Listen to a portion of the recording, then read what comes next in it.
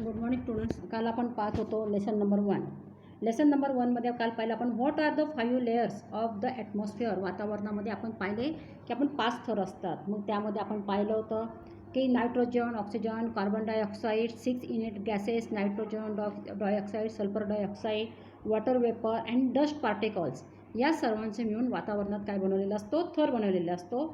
आणि जसं आपण जसं पृथ्वीचा पृष्ठभाग सोडून वरती जाऊ तसं गॅस वायूचं ॲटमॉस्फिअर वातावरणामध्ये वायूचं प्रमाण काय होतं, कमी होत जातं. त्यानंतर पुढे पाहू आता आपण. You can see that air is a mixture of survival gases and is the chief constituent of the earth atmosphere. समजून घ्यायचं आहे. यू कॅन सी दॅट, तुमच्या असे लक्षात येईल की air is a mixture of survival gases and is the chief constituent of the earth atmosphere.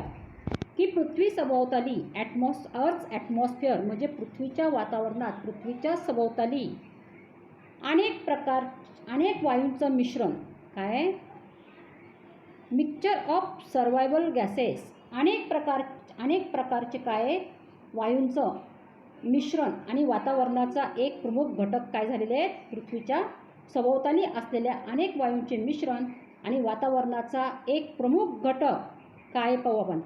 Beside these gases, air हवा, also contains काय हवा तर आहेच आहे, गॅसेस आहे, वायू आहे, हवा आहे. ॲल्सो कंटेन्स वॉटर वेपूर म्हणजे काय, पाण्याची वाफ. म्हणजेच पृथ्वीच्या आवरणाला म्हणजे ॲटमॉस्फिअरमध्ये काय आहे की गॅसेस आहे, एअर आहे, वॉटर वेपूर आहे आणि डस्ट पार्टिकल्स. आता डस्ट म्हणजे काय, धूळ. डस्ट मीन्स काय, धूळ, आणि पार्टिकल्स मीन्स कण. म्हणजेच पृथ्वीच्या वातावरणात काय, धुळीचे कणसुद्धा आहे. काय पृथ्वीच्या वातावरणात अनेक वायूंची मिश्रणे. आपण पहिल्या पॅरेग्राफमध्ये कोणकोणते वायू आहेत ते शिकलेले. पृथ्वीच्या वातावरणामध्ये अनेक प्रकारचे वायू आहेत. वायूबरोबरच हवा आहे, वायूबरोबरच धूलिकण, पाण्याची वाफसुद्धा आहे. हे सर्व त्या पृथ्वीच्या ॲटमॉस्फिअरमध्ये आहे. The amount of the gases in the air is the greatest near the surface and decrease greatest near the surface म्हणजे पृथ्वीचा पृष्ठभाग.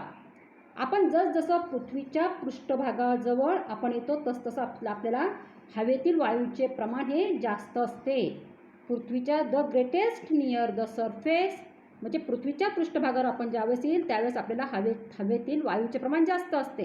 अँड डिक्रीज म्हणजे काय, कमी असणे. ग्रेटेस्ट म्हणजे काय, जास्त असणे.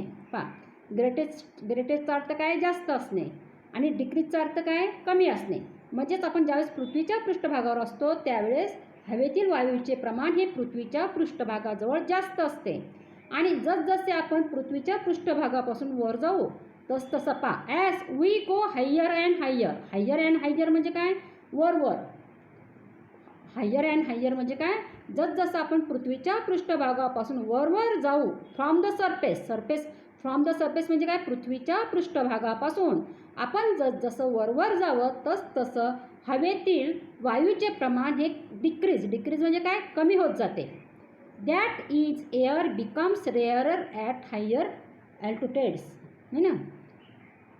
तसे काय होतं, प्रमाण कमी होत जातं. म्हणजे या पॅरेग्राफमध्ये आपल्याला काय समजलेलं आहे, या पॅरेग्राफमध्ये काय सांगण्यात आलेले आहे की पृथ्वीच्या सभोवताली अनेक वायूचे मिश्रण आणि पृथ्वीच्या ॲटमॉस्फिअरमध्ये हवा आहे, हवेबरोबरच वायू आहे, वायूबरोबरच डस्ट पार्टिसिपल म्हणजे धुळीचे कण आहेत, आणि पाण्याची वाफ आहे. या सगळ्यांचा समावेश पृथ्वीच्या ॲटमॉस्फिअरमध्ये वातावरणात होत असतो. आणि जसं आपण पृथ्वीच्या पृष्ठभागाजवळ हवेतील वायूचे प्रमाण हे जास्त असते, पण जसं आपण पृथ्वीच्या पृष्ठभागापासून वर हायर अँड हायर वर जाऊ तसं पृथ्वीच्या पृष्ठभागापासून वायूचे प्रमाण कमी होत जाते. The proportions of the constituents of air and some of their uses are given there. हवेतील काही घटकांचं प्रमाण हे खाली तुम्हाला एक चार्ट दिलेला आहे. त्याच्यामध्ये हवेमध्ये कोणकोणते वायू असतात आणि आपल्याला त्याचा काय उपयोग होतो हे सांगितलेले आहे. त्यासाठी आपण पहिल्यांदा ही डायग्राम पाहूया.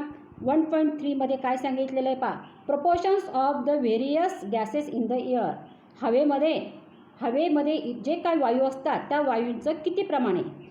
हा जो तुम्हाला गोल दिलेला आहे हा पृथ्वीचा सरफेस आहे, पृथ्वीचा काय पृष्ठभाग आहे. मग या पृथ्वीच्या पृष्ठभागावरती काय पहा, कार्बन डायऑक्साईड किती आहे, 3%. कार्बन डायऑक्साईडचं प्रमाण किती आहे, 3%. अदर कॉन्स्टिट्युएंट्स ऑफ एअर, इतर वायू किती आहेत, 7%. त्यानंतर आर्गॉन किती आहे, 9%. ऑक्सिजन किती आहे, 21%. नायट्रोजन किती आहे, 78%. म्हणजे पृथ्वीमध्ये nitrogen 78%, oxygen 21%, argon 9%, carbon dioxide 3% आणि अदर कॉन्स्टिट्यूट किती आहे, 7%. म्हणजे पृथ्वीच्या पृष्ठभागामध्ये इतर या वायूंचं काय हे प्रमाण आहे. तुम्हाला माहिती आहे की आपल्याला सर्वात जास्त आपल्याला जगण्यासाठी आपल्याला कोणत्या वायूची गरज असते, आपल्याला ऑक्सिजनची गरज असते. आपल्याला जगण्यासाठी ऑक्सिजन या वायूची गरज असते. आता खाली यायचे पहा. आणि ते सगळ्यात महत्त्वाचं म्हणजे तुम्ही नेहमी तुम्हाला जर माहीत नसेल तर सांगते, झाडं काय करतात, झाडं आपल्याला आपल्या जो कार्बन डायऑक्साईडमुळे आपल्या शरीरावरती दुष्परिणाम होतात. हा वायू आपल्या शरीरासाठी काय असतो, घातक असतो. तर झाडं काय करतात की वातावरणामध्ये जो कार्बन डायऑक्साईड आहे, झाडं ते शोषून घेतात आणि आपल्या शरीराला आवश्यक असणारा जो प्राणवायू ऑक्सिजन तो आपल्याला देतात. म्हणजे झाडं काय करतात, निसर्ग आपल्याला ऑक्सिजन भरपूर देण्याचा प्रयत्न करतो. खाली पाहायचं आहे, तुम्हाला इथे सांगितलेलं आहे some uses of gases in the air. हवेत जे काही वायू असतात त्यांचे आपल्याला काय उपयोग होतात. पहिला आहे नायट्रोजन. आता नायट्रोजनचा आपल्याला उपयोग काय, helps living things to build the necessary proteins. It is useful in the production of the ammonia and in airtight packing of the foodstuffs. नायट्रोजनचा आपल्याला उपयोग काय की हेल्प्स लिव्हिंग थिंग्स, सजीवांसाठी आवश्यक प्रथिने मिळण्यासाठी आपल्याला नायट्रोजन मदत करतो. Helps living things to build the necessary protein. सजीवांना ज्या प्रोटीनची आवश्यकता असते ते प्रोटीन मिळवण्यासाठी आपल्याला नायट्रोजन वायू मदत करतो. It is useful in the production of ammonia and in airtight packing of the foodstuffs. आपले जे खाद्यपदार्थ आपले हवाबंद डब्यामध्ये असतात, एअरटाईट म्हणजे काय, हवाबंद. एअरटाईट मीन्स काय, हवाबंद टप्प्यात. फूडस्टॉप्स म्हणजे काय, खाद्यपदार्थ. फूडस्टॉप्स म्हणजे काय, खाद्यपदार्थ. एअरटाईट म्हणजे काय, हवाबंद. मग आपल्याला जे खाद्यपदार्थ आपले हवाबंद असतात आणि हे पदार्थ पॅकिंग करण्यासाठी अमोनियाची निर्मिती करावी लागते. आणि या अमोनियामध्ये प्रोडक्शन ऑफ अमोनियाची काय करावी लागते, निर्मिती करावी लागते. आणि हा अमोनिया तयार करण्यासाठी नायट्रोजनचा उपयोग होतो. दुसरा सांगितलेलं आहे oxygen. Necessary for the restriction in living there on living things and for combustions. सजीवांना श्वसनासाठी आपण लिव्हिंग थिंग्स म्हणजे काय, सजीव. नॉन लिव्हिंग मीन्स निर्जीव. नेसेसरी म्हणजे काय, गरज. तुम्हाला सगळ्यांना माहिती आहे आपल्याला आपण एक सेकंदही आपण ऑक्सिजनशिवाय राहू शकत नाही. म्हणजेच काय की सजीवांना श्वसनासाठी आपल्याला ऑक्सिजन हा मदत करत असतो. त्यानंतर एक carbon dioxide. Plants use it for producing their food. Use in fire extinguishers. Carbon डायऑक्साईडचा आपल्याला काय उपयोग आहे की वनस्पती अन्न तयार करण्यासाठी. Plants use it for producing their food. आता प्रोड्युसिंग म्हणजे काय, तयार करणे. देअर फूड म्हणजे वनस्पतींना अन्न तयार करण्यासाठी कशाची गरज लागते, कार्बन डायऑक्साईडची त्यांना गरज लागते. Use in fire extinguishers. आता फायर एक्झिटिंग्विशरचा अर्थ आहे अग्निशामक नळकांड्या. ज्यावेळेस आग लागलेली असते, आग विझवण्यासाठी अग्निशामक नळकांड्याचा उपयोग करतात. त्या अग्निशामक नळकांड्यामध्ये कोणता वायू वापरतात, कार्बन डायऑक्साईडचा वापर केला जातो. या शब्दांचा व्हिडिओ पॉज करायचे, हार्डवर्ड लिहून घ्यायचे. फायर एक्झिटिंग्विशर्स म्हणजे काय, अग्निशामक नळकांड्या.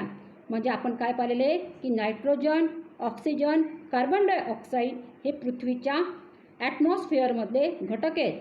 आणि या प्रत्येक घटकाचा आपल्याला काय होत असतो, उपयोग होत असतो. नायट्रोजन, ऑक्सिजन आणि कार्बन डायऑक्साईड या तिन्ही घटकांचा काय होतो, आपल्याला उपयोग होत असतो. त्यानंतर आहे argon. Use in electric bulbs. विजेच्या बल्बमध्ये ॲरागॉनचा काय केला जातो, वापर केला जातो. त्यानंतर हेलियम.